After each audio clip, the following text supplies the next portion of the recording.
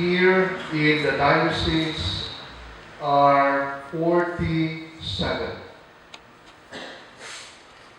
Meron namang mga religious na mga pari, but they have their own houses of formations. They have their own schools and apostolate in the diocese. But the diocesan priests who are administering our 32 parishes and 21 schools all over the diocese are few. There are only 47. Hopefully, one will be added.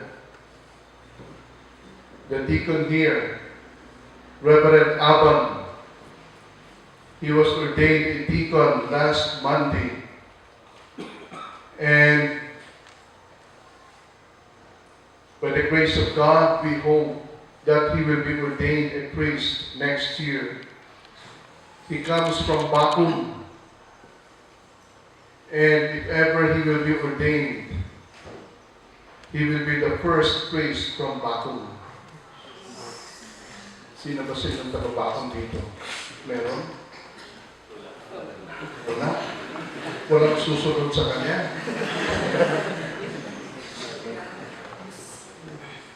Akala ko meron susunod sa kanya. It's not easy to become a priest. We could tell from experience how difficult it is to become a priest. Father Mark surely will have his own story to tell. Reverend Chris also will have his own story to tell. I myself, I will have my own story to tell during our seminary days. You know, I entered St. Pius X Seminary in Roa City when I was 12 years old. First year high school, fresh from grade 6 in the elementary. Mga first few nights namin sa loob ng seminaryo, maraming umiiyak. They want to go home. They felt homesick. And they could not yet adjust to the life of the seminary. We then had to wake up at 5:15 in the morning every day except Sunday. Then we have our own schedule for morning prayer, for breakfast, for study period, for lessons inside the classrooms. In the afternoon, we also have to sleep, then go to classes, have sports, then study again, evening prayer, dinner, and nights off. We go to sleep. That was basically our schedule, and we did that. I experienced that for 4 years when I was high school. And it was not easy. Even the studies inside the seminary were difficult. We had survived. You know, when we entered the seminary as first year high school, way back in 1972, when martial law was declared, we were 25. And out of the 25, after 12 years, 7 became priests. But that is good already, because those who were ahead of us, one class, there were 39, and only 2 became priests. Still ahead of us, 43, and of the 43, nobody became a priest. You see? Oh, magpitingin-tingin na kayo dyan. It's not easy. You really have to think so many times before you decide to become a priest. And yet, by the grace of God, some were ordained, but majority really went out of the seminary. And there are many reasons. There are many temptations. Ngayon, yung reading ngayong Sunday, isa lang ang sinasabi, especially the gospel. Tukso. Tukso. And so, kung tayo tinutukso, do not worry. Even Jesus Himself was tempted. If Jesus Himself was tempted, nobody among us will be exempted from temptations.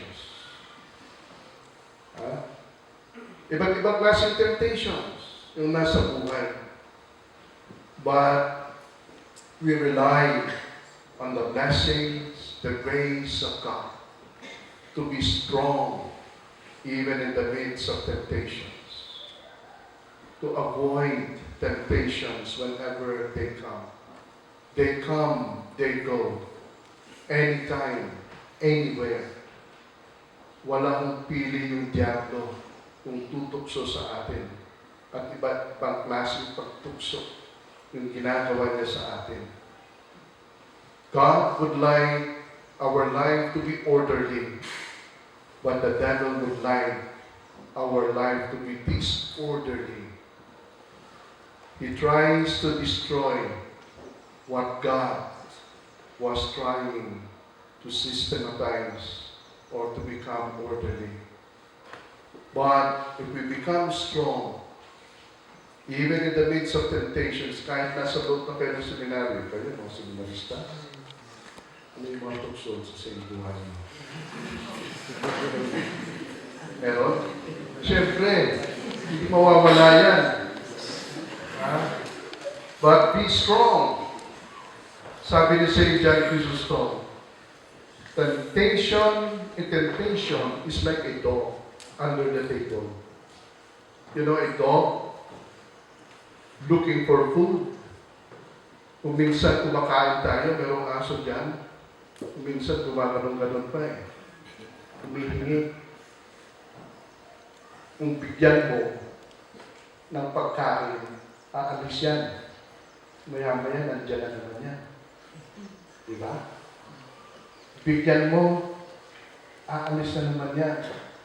After some minutes, pagkatapos nun, babalik yan. Hihingi-hingi na naman. Sabi ni St. John Chrysostom, yung tukso ay parang ganyan. Kung pagbigyan mo, aalis. Maya-maya nandiyan na yan. Babalik yan at babalik. So, sabi ni St. John Chrysostom, you let temptation be hungry. Para sa amin sa Bisaya, sinasabing, gutumin mo. I don't know if that's the proper term in Tagalog. Gutumin mo yung tukso. Huwag mong pansinin. It will just go away. It will just go away. Well, probably it will come back. Pero iba yung tukso, kung pinagbibigyan mo, maya-maya mabalik yan.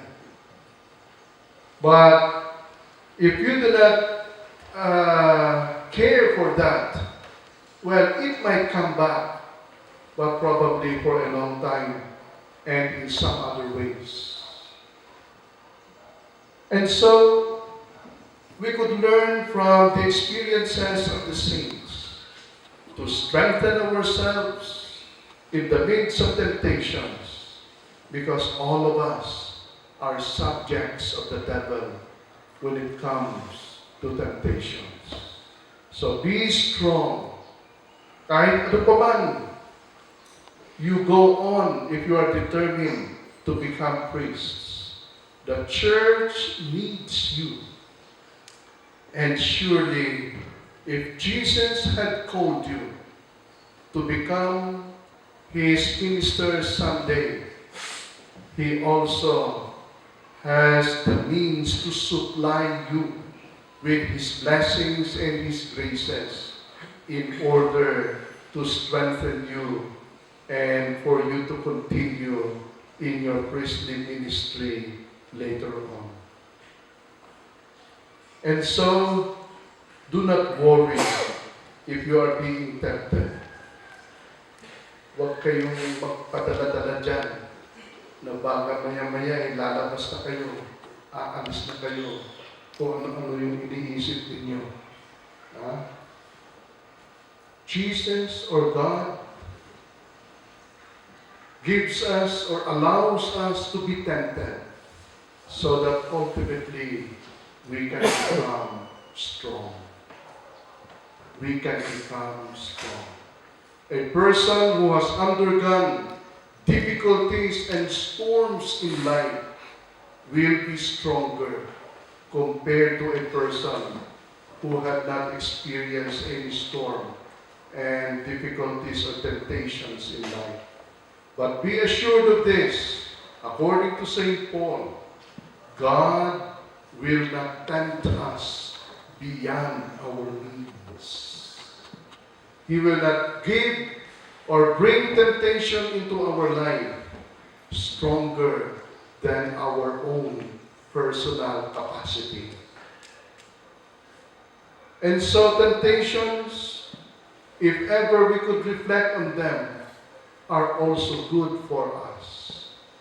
For experiencing temptations in life, we become stronger as we go through our own personal life. So thank you for being here. May you be not tempted by whatever stories you hear about some vocations to the priesthood. They come, they go, just like any temptations in life. What is important is determination to become a priest of Jesus later on. Okay? So, kayo, no? Yung mga nag-iisip dyan, we need you. We need you. And who knows, after some years, kayo na kung magbimisa dito. God bless you all. Amen.